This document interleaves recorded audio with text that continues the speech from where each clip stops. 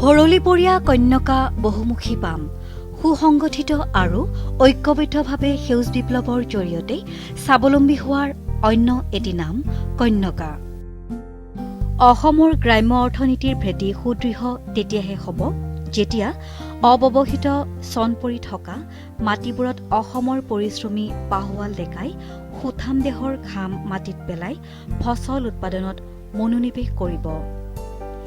এই কথা মৰ্মে মৰ্মে উপলব্ধি কৰিছিল চতিয়া সমষ্টিৰ বিধায়ক পদ্ম হাজৰিকাদেৱে আৰু তেওঁ বদ্ধপৰিকৰ হৈ পৰিছিল নিবনুৱাসকলৰ কৰ্মমুখী কৰি স্বাৱলম্বী কৰিবলৈ। এই উদ্দেশ্যকে সৰুগত কৰিয়ে শোণিতপুৰ জিলাৰ জামুগুৰিহাটৰ উত্তৰ পশ্চিম দিশত জীয়া ভৰলী নদীয়ে সময়ৰ সোঁতত এৰি যোৱা চৰাঞ্চল সেউজ কৰাৰ মানসেৰে এক প্ৰচেষ্টাৰে জন্ম দিছিল ভৰলীপৰীয়া কন্যকা বহুমুখী পামখনক। এই পামখন জামুগুৰিহাটৰ পৰা প্ৰায় 4 কিলোমিটাৰ দূৰত্বত অৱস্থিত। বিধায়ক পদ্ম হাজৰিকাদেৱে পুহি থোৱা সপোনক বাস্তৱত ৰূপায়িত কৰি 2008 চনত পামখনে আত্মপ্ৰকাশ ঘটি 2016 চনৰ পৰা পূৰ্ণতাৰ দিশে আগবাঢ়িছিল।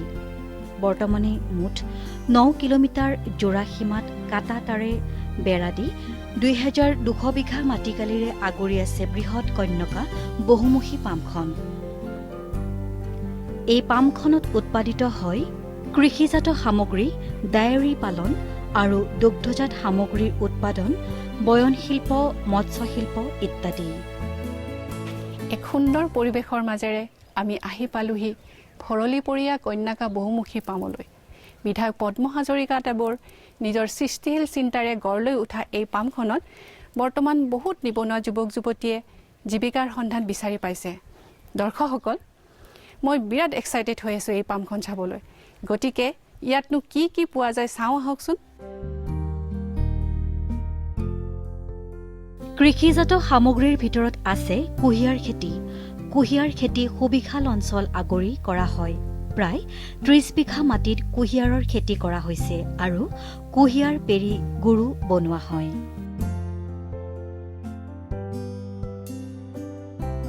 আমি ইয়াত কুঁহিয়াৰৰ খেতি দেখিছোঁ। ইয়াত কিমান বিঘা মাটিত কুঁহিয়াৰ খেতি কৰে? 40 পৰা 45 বিঘাৰ ভিতৰত আমাৰ খেতি হৈ আছে। আৰু এই কুঁহিয়াৰবোৰ ক'ৰ পৰা আনে কওকচোন? এইটো আমি গোলাঘাট কুঁহিয়াৰ কাৰখানাৰ পৰাই আমি আনিছোঁ। সচটো এনে আগতে আমাৰ লোকেল সচেই চলিছিলে, তেতিয়া আমাৰ পাতিশালো চলিছিলে। তাৰপিছত ক্ৰমান্বয়ে যেতিয়া অকণমান উন্নত হেৰিয়াত আহিছে তেতিয়া আমি আকৌ মেচিনৰ ব্যৱস্থা কৰিছোঁ। আজি 3-4 বছৰ মেচিনেৰে আমি পেৰিছোঁ। এই গুড় তৈয়াৰ কৰে? হয়। সেইবোৰ ক'ত বিক্ৰী কৰে? গুড়টো আমি ধৰক এই বিহুৰ আগত আমি চব মলা ছিষ্টেম, মানে 3000 মলা আমি ক্লিয়াৰ মানে হেৰি কৰিছিলোঁ। এটা মলাত আছিলে 1 কেজি 300 গ্ৰাম আৰু এটা মলাত 2 কেজি 400কৈ আছিলে। সেইটো আমি এটা ৰেট বান্ধি দিছিলোঁ। সেই ৰেটৰ মতে ডাঙৰটো মানে 2 কেজি 400টো আমি 150 টকা আৰু আপোনাৰ 1 কেজি 300টো আমি 80 টকাকৈ মাৰ্কেটত এৰিছিলোঁ। আৰু সেই গুড়টো আমি ফাৰ্ষ্ট গুৱাহাটী, তেজপুৰ, বিশ্বনাথ চাৰিআলি, চতিয়া, তাৰমানে গোটেই মাৰ্কেটতে আমি এৰি দিছিলোঁ।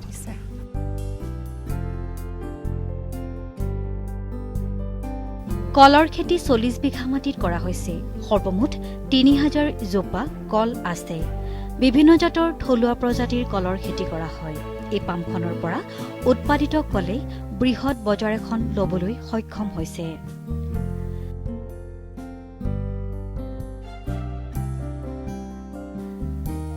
এক 1000 বিঘা মাটিত সৰিয়হ খেতি কৰি সেই সৰিয়হৰ পৰা বিশুদ্ধ মিঠাতেলো উৎপাদন কৰে পামখনত। স্বচ্ছতাৰ প্ৰতি লক্ষ্য ৰাখি অতি চাফ চিকুণভাৱে মিঠাতেল তৈয়াৰ কৰা হয়।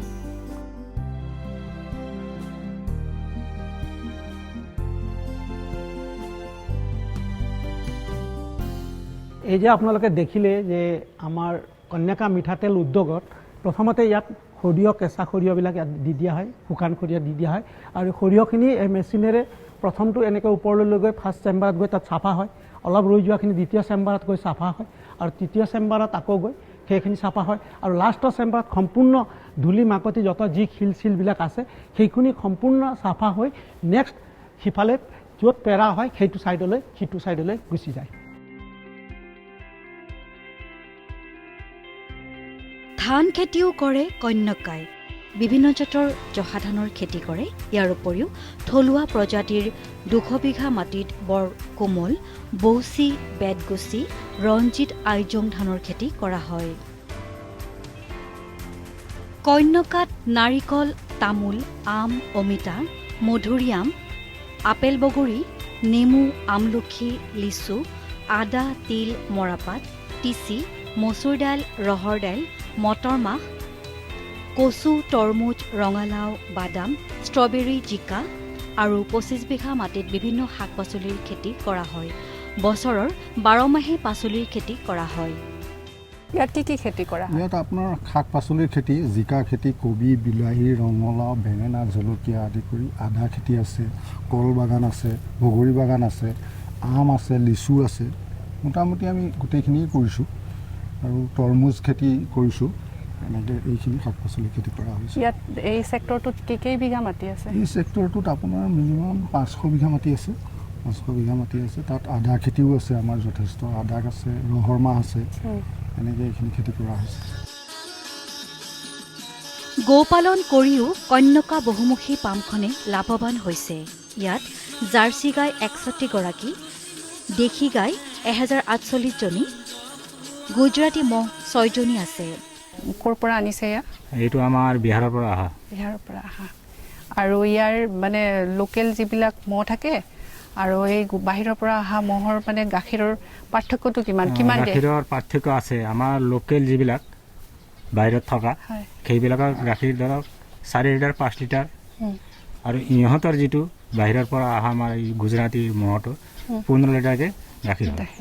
400 বিঘা মাটিত ঘাঁহৰ খেতিও কৰা হয়। মেচিনৰ জৰিয়তে গাখীৰ খিৰোৱা হয়। ইয়াৰ এটাই বিশেষত্ব যে মিউজিক থেৰাপি দি গাখীৰ খিৰোৱা হয়। আমি সৰুৰে পৰা হৰিদ্বাৰত থকা আমাৰ তাত গৰুৱে গান নুশুনিলে সন্তুষ্ট নহয়, আৰু মানুহে যিমান বুজে তাতকৈ বেছি গৰুৱে বুজিব পাৰে, কিন্তু গৰুৱে মুখে মাতিব নোৱাৰে। কিন্তু ভক্তি গানে সিহঁতক আমি ধৰ্মে হিচাপে শুনাব লাগিব। এইটো আমাৰ পৰম্পৰা। আমাৰ এই বস্তিবিলাকৰ জেগাত নোৱাৰে মানুহ, কিছুমান গৰীব আছে, 2টা গৰু পুহিছে, এতিয়া ইমান দামী গানা লগাব নোৱাৰে। কিন্তু একচুৱেলি আমি ইমান ডাঙৰ ফৰম খোলাৰ পিছত এইবিলাক লক্ষ্মী হয়, ইহঁতক আমি ভজন কীৰ্তন শুনাবই লাগিব। গাখীৰৰ পৰা দুগ্ধজাত সামগ্ৰী যেনে মিঠাই, দৈ, ক্ৰীম ইত্যাদিবোৰ তৈয়াৰ কৰা হয়। ইয়াত কি মিঠাই বনোৱা হয়? মিঠাইটো আপোনাৰ মিষ্টি বনোৱা হয়, ৰসগোল্লা, তাৰপৰা কালাকন, চমচম, তাৰপৰা কাজু বৰফি, চানা বৰফি সকলোৱে বনোৱা হয়। এই মিঠাইবোৰ অকল কন্যাকাৰ কাৰণে ৰেষ্টুৰেণ্টখনৰ কাৰণে বনাই নে বাহিৰতো যায়? নাই, ইয়াৰ কাৰণে নহয়, আমাৰ চেল পইণ্ট আছে, বাহিৰতো যায়, চতিয়া যায়, চাৰিআলি যায়, তেজপুৰ যায়, গোটেইখিনি দিলে। দুগ্ধজাত সামগ্ৰী যেনে দৈ, ক্ৰীম, বাটাৰ আদি উৎপাদন কৰিবলৈ উন্নত জাতৰ অত্যাধুনিক মেচিনো ক্ৰয় কৰিছে। গাহৰি পালন কৰিও সুফল পাইছে কন্যকা পামখনে। গ্ৰাহকৰ বাবে প্ৰাপ্তবয়স্ক গাহৰিৰ উপৰিও ব্যৱসায়িক ভিত্তিত পুহিবৰ বাবে গাহৰিৰ পোৱালিও উপলব্ধ হয়। উন্নত জাতৰ 64টা গাহৰি আৰু 112টা ছাগলী প্ৰতিপালন কৰি আছে। গাহৰি আছে টোটেল 65 আছে। হেৰিটো বগাটো আছে আপোনাৰ 15টা হঞ্চিয়াৰ আছে, এইটো লোকেল। সেইপিনে 4টা লোকেল আছে, এইটো আমাৰ অষ্ট্ৰেলিয়ান। তাৰপিছত আৰু পোৱালি আছে আপোনাৰ 36, আৰু দানাটো খুৱাওঁ আমি চাপৰ, কচু আৰু চাউল, ভাত। মৎস্য উৎপাদন 162 বিঘা মাটিত সৰু বৰ মিলাই মুঠ 34টা পুখুৰীত মৎস্য পালনৰ ব্যৱস্থা কৰিছে। লগতে চলিত বৰ্ষত মৎস্য বীজ উৎপাদনৰ দিশে অগ্ৰসৰ হৈ 10 কোটি পোনা উৎপাদনৰ লক্ষ্যৰে বৰ্তমান 7 কোটি পোনা উৎপাদন কৰিছে। এই কন্যাকা কৃষি ফাৰ্মত আমাৰ মুঠ ফিচাৰী পানীকালি আপোনাৰ 40 হেক্টৰ মাটিত আমাৰ ফিচাৰী পানীকালি আছে। ইয়াত 10টা মাদাৰ টেংক আছে আৰু নাৰ্চাৰী আছে আমাৰ 24টা। ড্ৰেইন ফিচাৰী আছে প্ৰায় 6টা ড্ৰেইন ফিচাৰী আছে। এইখিনিৰ জৰিয়তে আমি মীন পালন ইয়াত কৰিছোঁ। আৰু আমাৰ হেচিং পুল আছে। হেচিং পুলৰ জৰিয়তে আমাৰ কৃত্ৰিম মাছৰ প্ৰজনন কৰোঁ, আৰু ইয়াৰ জৰিয়তে লাষ্ট ইয়েৰ আমি 7 কোটি পোনা প্ৰডাকশ্যন কৰিছিলোঁ। আৰু এই পোনাখিনি আমাৰ লোকেল মাৰ্কেটৰ লগতে আমি চতিয়া সমষ্টি, তেজপুৰ, বিশ্বনাথ চাৰিআলি এইখিনিত আমি মাছৰ পোনাখিনি দিবলৈ সক্ষম হৈছিলোঁ। ইয়াৰ উপৰি আমাৰ যিটো ডাঙৰ মাছ, এই মাছটো আমি বজাৰত মেলি দিওঁ তেজপুৰ, গুৱাহাটী, বিশ্বনাথ চাৰিআলি আৰু জামুগুৰি অঞ্চলত এনেধৰণৰ আমি অঞ্চলবিলাকত আমি এই মাছখিনি আমি বেচিবলৈ সক্ষম হওঁ। শোণিতপুৰ জিলাৰ চাৰিদুৱাৰত আছে কন্যকা বহুমুখী পামৰ বয়ন উদ্যোগটো। ইয়াত গামোচা, জাতীয় সাজপাৰকে ধৰি বিভিন্ন কাপোৰ বয় উলিওৱা হয়।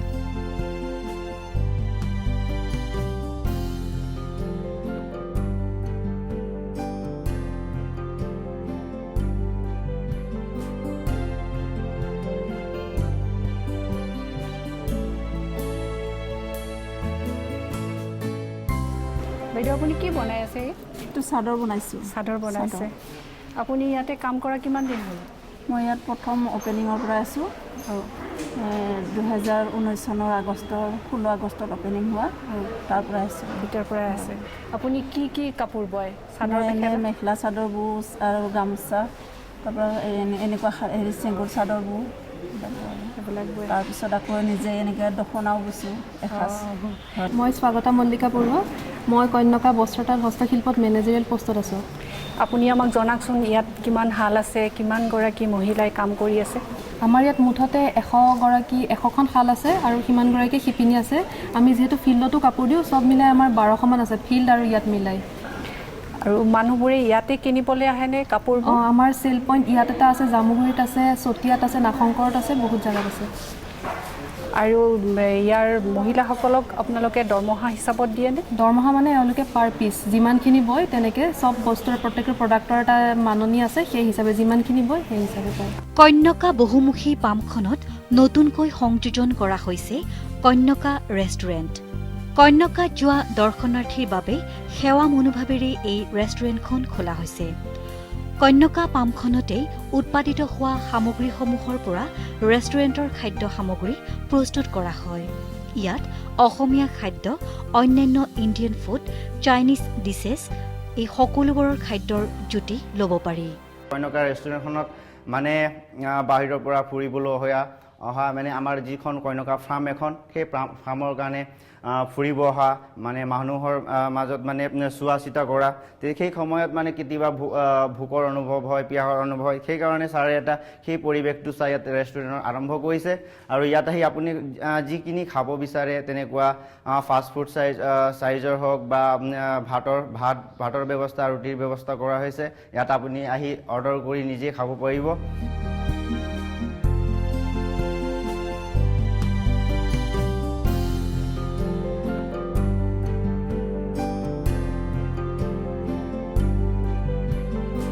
কৃষি কৰ্মৰ লগতে ইয়াত কাম কৰি থকা আমাৰ যুৱক যুৱতী বা অন্যান্য বিষয়ববীয়াসকলৰ আধ্যাত্মিক আৰু নৈতিক উৎকৰ্ষ সাধনৰ নিমিত্তে পদ্ম হাজৰিকাদেৱৰ সুচিন্তিত পৰিকল্পিত প্ৰচেষ্টাতে এই কন্যকা বহুমুখী কৃষি পামৰ লগতে মোৰ পিছফালে গঢ়ি উঠিছে এক নামঘৰ।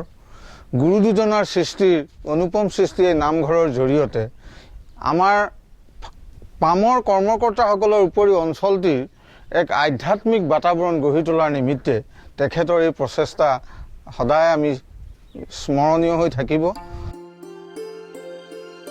ইয়াৰোপৰি চতিয়া সমষ্টিৰ প্ৰত্যেক গাঁও পঞ্চায়তকে সামৰি 400টা আত্মসহায়ক গোট গঠন কৰা হয়।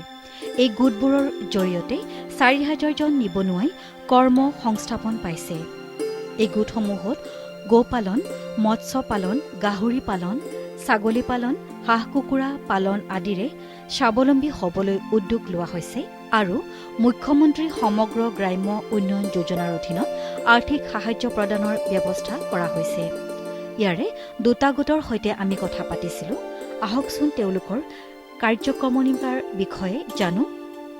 প্ৰথমতে আমাৰ ছাৰ পদ্ম হাজৰিকা ছাৰে দিছিলে, আমি তাৰ ছাৰৰ ফাৰ্মৰ পৰা আনিছিলোঁ আৰু ছাগলীখিনি আমি বজাৰৰ পৰা বাহিৰৰ পৰা তেনেকৈ আনিছোঁ। আকৌ কিছুমান ছাগলী আমাৰ বাহিৰৰ পৰা কোটাৰ পৰা আহি আছে। এতিয়া নগাঁৱত ষ্ট্ৰেট হৈছোঁ, বতৰ বেয়া বুলি, ইয়াত ঠাণ্ডা বেছি বুলি আমাৰ দুজনী বিটেল আৰু চিৰহী আমি মিল্ক প্ৰডাকশ্যন ভাবি আছোঁ ছাগলী, চাই লওঁ কি হয় আমাৰ ইয়াত। আৰু কিছুমান বস্তু আছে আমাৰ বাহিৰৰ পৰা আনি মেলি, কড়কনাথো আমি ভাবি আছোঁ। কড়কনাথ যিখিনি আমি কৰোঁ বুলি ভাবি আছোঁ, আমাৰ অলপ ফাইনেন্সিয়েল প্ৰব্লেমৰ কাৰণে কৰা নাই। আমাৰ ইয়াত চাৰিওডালৰ মৌজা ভিত্তিত আপোনাৰ 83টা গোট অলৰেডি কৰা হৈ আছে, তাৰপিছত আৰু নতুনকৈ আকৌ দিয়া হৈছে। গতিকে কৰোণা মহামাৰীৰ সময়ত আমাৰ যি যুৱক যুৱতীসকল বাহিৰৰ পৰা ঘূৰি আছে সেইখন কাৰণে মানে ছাৰে আৰু মানে নতুনকৈ গোটখিনি দিয়া হৈছে। আৰু আপুনি এতিয়া দেখিলে আমাৰ এই গোটটো এই যুৱকসকলে যেনেকৈ কাম কৰি আছে এনেকৈ মানে এনেকৈ প্ৰচেছত বাকী গোটখিনিও চলি আছে। মোৰ নাম নীৰজ বৰা। আমাৰ এই গোটটো হৈছে 500জন্য আত্মসহায়ক গোট। 500জন্য আত্মসহায়ক গোটৰ মই প্ৰেচিডেণ্ট আৰু মোৰ লগত আৰু 9জন আমাৰ সদস্য আছে। আমি 10জন সদস্যৰ দ্বাৰা আমাৰ গোটটো পৰিচালিত হয়। আমি আচলতে আজি প্ৰায় ছমাহে হৈ গৈছে আমি এই গোটটো আৰম্ভ কৰা। আমি চৰকাৰী আঁচনিৰ জৰিয়তে গোটটো আৰম্ভ কৰিছোঁ। আমাৰ IBSৰ জৰিয়তে আমাৰ চতিয়া সমষ্টিৰ সন্মানীয় বিধায়ক পদ্ম হাজৰিকাৰ ডাঙৰীয়াৰ অক্লান্ত পৰিশ্ৰমত আৰু তেখেতৰ অনুপ্ৰেৰণাত আচলতে আমি এই গোটটো গঠন কৰিবলৈ সক্ষম হৈছিলোঁ। আমি চৰকাৰৰ পৰা 10 লাখ টকাৰ IBS পাইছিলোঁ, প্ৰত্যেকে 1 লাখকৈ। আৰু সেই 1 লাখ টকাখিনি আমি একমুঠ কৰি আমাৰ গোটৰ একাউণ্টছৰ জৰিয়তে আমি গৰুসমূহ ক্ৰয় কৰিছোঁ। আমি ইয়াত গৰুৰ লগতে আচলতে আনুষংগিকভাৱে আমি ছাগলীৰ পোহাৰ ব্যৱস্থা কৰিছোঁ। আমাৰ মাছৰ কাৰণ আমাৰ ফিচাৰী এটা আছে। ইয়াত আমাৰ গোটৰ এৰিয়াটোত প্ৰায় 25 বিঘা মাটি আছে। এই মাটিখিনিত আমি খেতি বাতিৰ জৰিয়তেও নিজে সংস্থাপিত হোৱাৰ লগতে আমাৰ গৰুৰ আহাৰৰ কাৰণে আমি যিখিনি প্ৰয়োজনীয় খাদ্য, আজি ৰঙালাওৱে কওক, জাতিলাওৱে কওক বা আমাৰ গাজৰে কওক, এইখিনি আমি নিজে উৎপাদন কৰোঁ, নিজে খেতি কৰোঁ। কলা সংস্কৃতিত চহকী শোণিতপুৰ জিলা। কন্যকা পামত আত্মনিয়োগ হৈ থকা প্ৰতিজন কৰ্মীৰ প্ৰাণতো সাংস্কৃতিক সত্তা জীপাল হৈ আছে। এই কথাৰ বহিঃপ্ৰকাশ ঘটিছে তেওঁলোকে পৰিৱেশন কৰা এই বিহু নৃত্যত।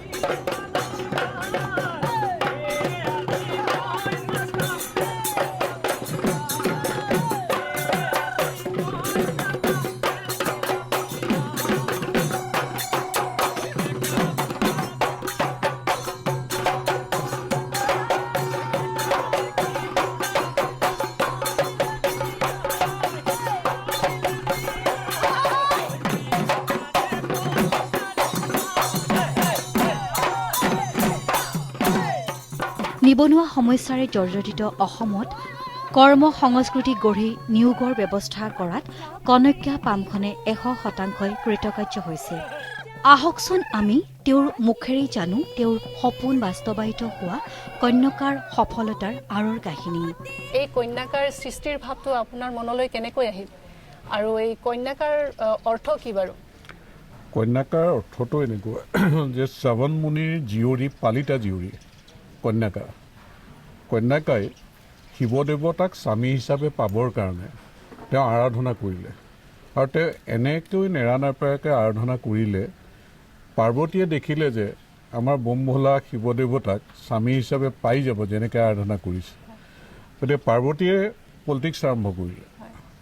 পাৰ্বতী আৰাধনাৰ জেগাত গৈ তাত কন্যাকাক ক'লে যে তুমি দেৱতাক এনেকৈ পাবলৈ বিচাৰিছা আৰাধনা কৰি, এনেকৈতো তুমি দেৱতাক নাপাবা।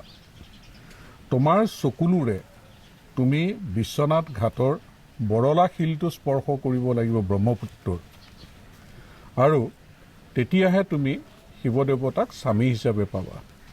আৰু সেইমতে কাম হ'ল যে কন্যাকাই চকুলো বোৱাই দিলে।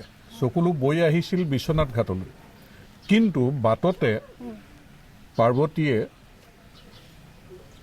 সেই চকুলো বোৱাই দিলে কলীয়া ভোমোৰা যি দলং, এতিয়া ব্ৰহ্মপুত্ৰৰ ওপৰত যি দলং আছে সেই কলীয়া ভোমোৰা শিললৈ বোৱাই দিলে আৰু কলীয়া ভোমোৰা শিল স্পৰ্শ কৰিলে।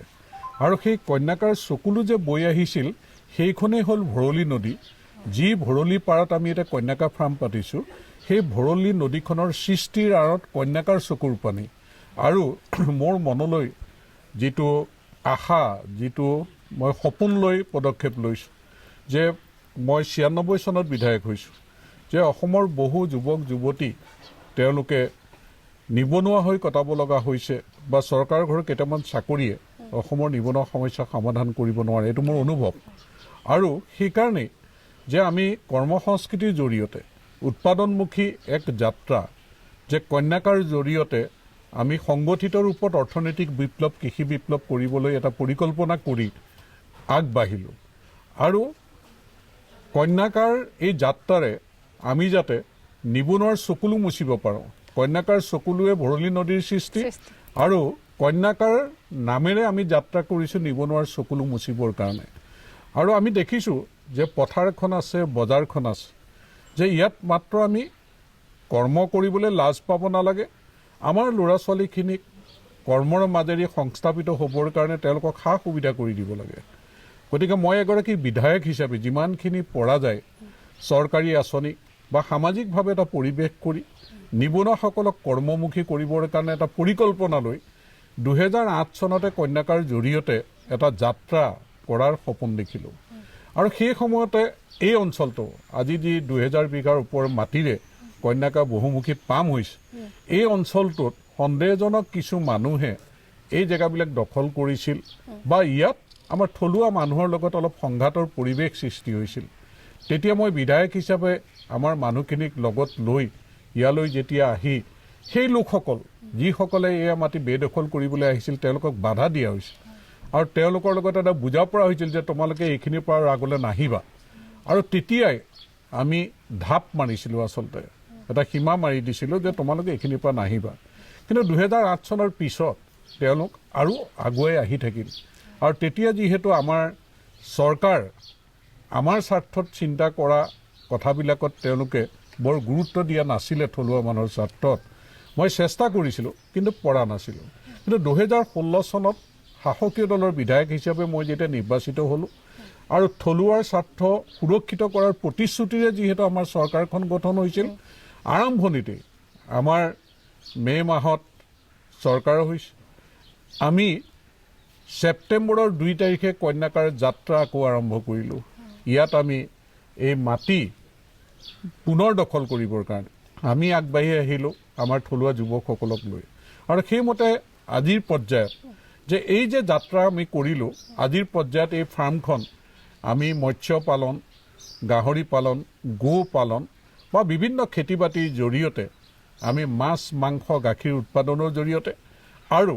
কৃষিজাত সামগ্ৰী আমি ধানৰ খেতিৰ ওপৰত গুৰুত্ব প্ৰদান কৰিছোঁ যে হেৰাই যাব বিচৰা কুণকুণী জহা ক'লা জহা মানিকী মাধুৰী পদুমী জহা কেতেকী জহা এই খেতিবিলাক আমি কৰিছোঁ আমাৰ গুড় ভাল গুড় আমি উৎপাদন কৰিছোঁ আৰু বিভিন্ন ফল মূল বা বিভিন্ন ধৰণে তিল খেতি মাহ খেতি আমি মৰাপাত খেতি বা বিভিন্ন খেতি বাতি ইয়াত বগৰী আমাৰ মধুৰিআম বা এই ফল মূলৰ এইবিলাকো কৰিছোঁ যে কন্যাকাৰ এটা যাত্ৰা হ'ল কন্যাকা বহুমুখী পামৰ জৰিয়তে আৰু আনটো যাত্ৰা হৈছে যে আমাৰ 20টা গাঁও পঞ্চায়তত আমি সংগঠিত ৰূপত অৰ্থনৈতিক বিপ্লৱ আমি 10জনকৈ এটা গোট বনাইছোঁ আৰু প্ৰতি গাঁও পঞ্চায়তত আমি 20টা গোট তাৰমানে 200 যুৱক যুৱতীক সংগঠিত কৰিছোঁ গতিকে সমষ্টিটোত 400 গোট 4000 যুৱক যুৱতীক সংগঠিত কৰি আমি MGNৰেগাৰ IBS আঁচনিৰ জৰিয়তে 22 কোটি টকা এই গোটবিলাকক আমি দিছোঁ 10 লাখকৈ তাৰোপৰি মুখ্যমন্ত্ৰী সমগ্ৰ গ্ৰাম বিকাশ যোজনাৰ জৰিয়তে 6 কোটি টকা আমি চেংচন কৰিছোঁ ইতিমধ্যে 3 কোটি টকা 3 লাখকৈ প্ৰতিটো গোটক দিছোঁ আৰু গোটবিলাকে এতিয়া গৰু গাহৰি কিনিছে ছাগলী কিনিছে পুখুৰী খান্দিছে মাছৰ উৎপাদন কৰিছে খেতি বাতি কৰিছে যে কন্যাকাৰ এই যাত্ৰাটো হৈছে আমাৰ বজাৰখন দখল কৰিবৰ কাৰণে আমি সুখাদ্য প্ৰস্তুত কৰা যে ভেজাল গাখীৰ আমাৰ খাই আছে ভেজাল তেল খাই আছে ভেজাল আমি মাছ ইউৰিয়া দিয়া মাছ খাই আছোঁ মাংস তেনেকৈ আমাৰ উৎকৃষ্ট নহয় গতিকে মাছ মাংস গাখীৰ লগতে খাদ্য সামগ্ৰী শাক চব্জিৰ পৰা আৰম্ভ কৰি এই যাত্ৰাটোৰ জৰিয়তে স্বনিৰ্ভৰশীল হ'বৰ কাৰণে যিটো প্ৰধানমন্ত্ৰী ডাঙৰীয়াই COVID-19ৰ পৰিপ্ৰেক্ষিতত আত্মনিৰ্ভৰশীল ভাৰতৰে যিটো যাত্ৰা যিটো সপোন লৈ আগবাঢ়িছে তাক আমি আগতেই এই কথাবিলাক আমাৰ মনলৈ আহিছিল আৰু এই যাত্ৰাটো ত্বৰান্বিত কৰিবৰ কাৰণে চৰকাৰৰ আশীৰ্বাদ লৈ ৰাইজৰ আশীৰ্বাদ লৈ